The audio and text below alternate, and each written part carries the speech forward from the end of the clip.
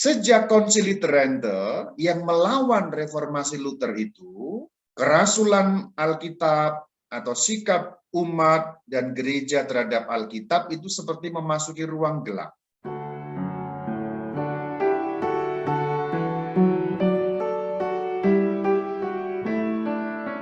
Kita awali dengan mengingat satu hal, yaitu kitab Historia Ecclesiastica pada kitab yang ketiga, pasal ke-25 ayat yang pertama, bahwa ada tulisan-tulisan yang diperdebatkan.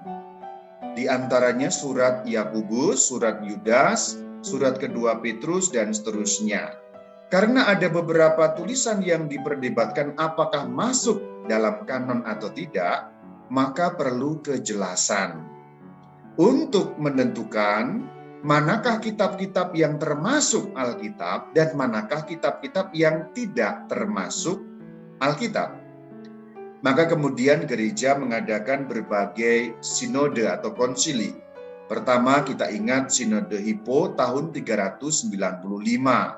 Kemudian dalam sinode itu dipaparkan kanon atau daftar isi Alkitab persis seperti yang sudah kita miliki zaman sekarang. Kemudian ditegaskan dalam sinode Kartago tahun 397. Bahkan diputuskan mengenai kanon Alkitab itu. Dan keputusannya kemudian diteguhkan, disahkan, divalidasi oleh gereja seberang laut, yaitu gereja Roma. Karena Kartago itu ada di Afrika, gereja seberang laut itu gereja Roma, yaitu gereja yang memimpin seluruh gereja Katolik sejak zaman para rasul sampai hari ini. Karena gereja Roma itulah kedudukannya Rasul Petrus dan pengganti Petrus. Kemudian kanon itu sudah ditetapkan dan kita tahu mengenai kanon itu kalau zaman sekarang dari KGK 120. Nah kemudian setelah berbagai sinode yang sudah disahkan oleh gereja Roma tadi, secara definitif gereja Katolik kemudian menetapkan kanon pada Konsili Trente atau Konsili Tridentin pada tahun 1546.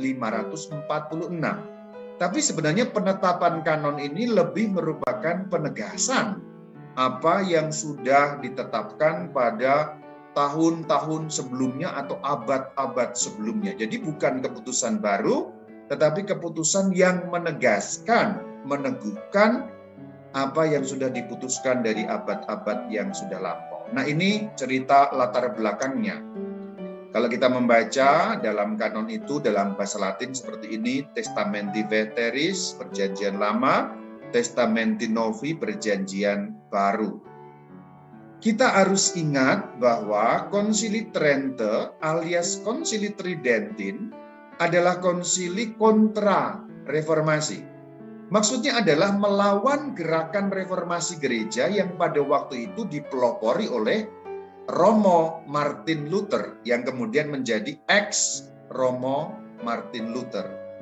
Nah, kita akan lihat bagaimana ternyata kontra-reformasi dan reformasi itu sendiri yang tadi dipelopori oleh Martin Luther membawa satu dampak mengenai sikap gereja Katolik dan sikap orang-orang Katolik terhadap Alkitab itu sendiri. Jadi pengaruhnya besar sekali. Dan pengaruh yang besar tadi tidak selalu positif. Ada juga beberapa pengaruh negatif yang muncul dalam gereja terkait dengan sikap umat, sikap hierarki terhadap Alkitab. Apa yang berpengaruh? Reformasi dan kontra-reformasi. Jadi gerakan reformasi itu membawa pengaruh, kontra-reformasi itu sendiri juga membawa pengaruh. Jadi ada beberapa pengaruh. Maka saya memberi judul Jauh Dekat Alkitab. Di satu masa, kadang-kadang Alkitab terasa jauh sekali. Di masa yang lain kemudian mulai mendekat. Nah itu yang nanti kita dapat menjawab beberapa pertanyaan. Mengapa pada zaman tertentu seakan-akan orang Katolik jauh dari Alkitab? Apakah gereja Katolik pernah melarang umatnya membaca Alkitab? Apakah pernah ini dan itu sebagaimana dimitoskan atau dituduhkan? Sejak Konsili Trente yang melawan reformasi Luther itu, kerasulan Alkitab atau sikap umat dan gereja terhadap Alkitab itu seperti memasuki ruang gelap. Karena Alkitab menjadi seakan-akan jauh dari umat Allah, tetapi sebenarnya itu bukan tanpa sebab. Nanti saya akan tunjukkan beberapa konteks historis sehingga Alkitab menjadi seperti jauh dari umat. Itu ada sebabnya. Sebabnya apa? Sebabnya adalah gerakan reformasi. Dari reformasi gereja yang dipelopori oleh Martin Luther. Martin Luther dengan beberapa ajarannya itu justru memecah belah gereja.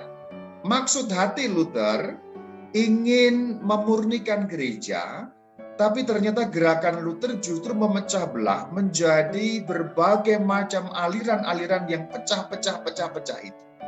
Jadi berbagai aliran itu mengklaim bahwa mereka masing-masing punya kebenarannya sendiri. Karena apa? Karena menurut Martin Luther, setiap orang itu dinaungi oleh Roh Kudus. Karena setiap orang dinaungi oleh Roh Kudus, maka setiap orang bisa menafsirkan Alkitab dengan sendirinya. Magisterium gereja ditolak, dalam arti kita untuk membaca Alkitab tidak perlu bertanya kepada magisterium gereja. Pokoknya kamu tinggal baca, nanti Roh Kudus menerangi hatimu, voila, bingo, cilugba, muncul artinya dalam hatimu. Akibatnya, satu orang dengan orang yang lain ternyata mengartikan ayat-ayat Alkitab berbeda satu dengan yang lain.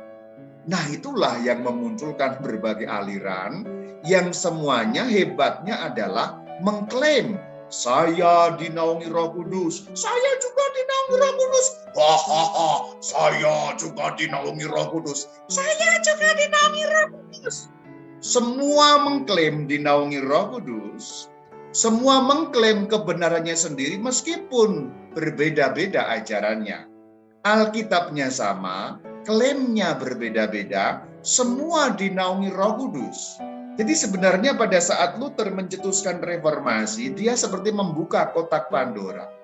Sebelum reformasi yang dilakukan oleh Luther, ketika seorang Katolik membaca Alkitab, dia harus bertanya kepada magisterium apa arti ayat Alkitab ini. Sehingga apa? Seorang Katolik ketika membaca Alkitab perlu dituntun oleh magisterium dalam arti apa? Dalam arti dia harus bertanya, apa arti ayat ini? Apa arti ayat itu? Ketika Luther menolak magisterium gereja, dia meletakkan penafsiran yang sebelumnya berada di tangan gereja, dia pindah ke tangan orang per orang. Nah, itu yang terjadi sebenarnya. Maka si A bisa menafsirkan Alkitab sendiri, si B bisa menafsirkan Alkitab sendiri, si C bisa menafsirkan Alkitab sendiri. Jadi sebenarnya Luther menolak magisterium gereja Katolik, tetapi seperti membuat magisterium baru, yaitu orang per orang. Coba bayangkan, sebenarnya ini fatal sekali. Luther menolak magisterium gereja Katolik, tetapi sesungguhnya dia membuat magisteriumnya sendiri, yaitu orang per orang. Maka makna Alkitab tidak lagi ditentukan oleh gereja, tetapi ditentukan oleh setiap orang masing-masing yang bisa punya potensi berbeda-beda. Jadi bahasa gampangnya, sebelum Martin Luther, magisterium itu satu, yaitu gereja Katolik. Tapi setelah Martin Luther, semua orang menjadi magisterium. Berarti ukurannya siapa? Ukurannya orang per orang. Jadi kalau kita menilai secara filosofis di sini, sebenarnya terjadi kekacauan berpikir dalam hal ini. Dulunya magisterium satu, yaitu gereja, tapi kemudian dihapus oleh Martin Luther, tidak diakui, tetapi kemudian setiap orang dibuat menjadi magisterium. Maka Bayu bisa berbeda dengan Kevin. Karena Bayu magisterium, Kevin juga magisterium. Dewi Untari magisterium, Ronggo Asmoro magisterium, Suprapto magisterium, Laurencia Evi magisterium, siapapun orangnya, asal dia seorang Kristen dan membaca Alkitab, dia magisterium yang baru. Jadi secara filosofis terjadi kekacauan kategori.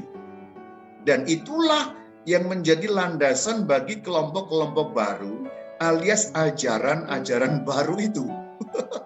Aneh sekali bukan? Aneh sekali.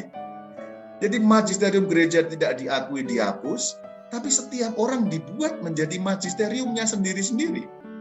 Ini kan sebenarnya hanya memindahkan kan. Luther memindahkan tempat saja. Anda sekarang menjadi magisterium. Itu saja yang dibilang oleh Luther. Ini aneh sekali. Dan sesungguhnya Alkitab sendiri tidak pernah mengajarkan seperti ini. Kalau kita membaca surat Petrus, di sana dikatakan ayat-ayat Alkitab tidak boleh ditafsirkan dengan sesuka hati. Itu surat Petrus.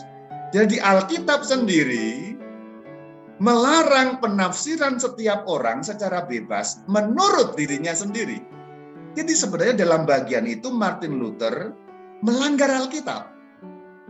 Dan yang dilanggar adalah satu poin penting sebagai pijakan dia. Bahasa gampangnya, pondasinya dia sudah salah. Kalau suatu rumah pondasinya salah, maka rumahnya ambruk. Tentu di sini sebenarnya saya tidak sedang mengolok-olok ajaran Luther, bahwa sekarang orang Protestan meyakini itu sebagai kebenaran. Silakan. Saya menghormati orang Protestan. Tapi ketika bicara mengenai Luther, dia kan seorang Katolik, maka saya bisa membicarakan Luther sebagai Katolik.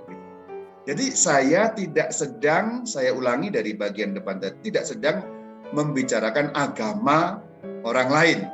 Karena siapa tahu nanti ada yang nonton rekaman ini kemudian, itu Romo Katolik kok menjelek-jelekan agama lain. Oh tidak, Luther seorang Katolik. Tapi dalam hal ini saya katakan, apa yang diajarkan Luther sesungguhnya bertentangan dengan Alkitab itu sendiri.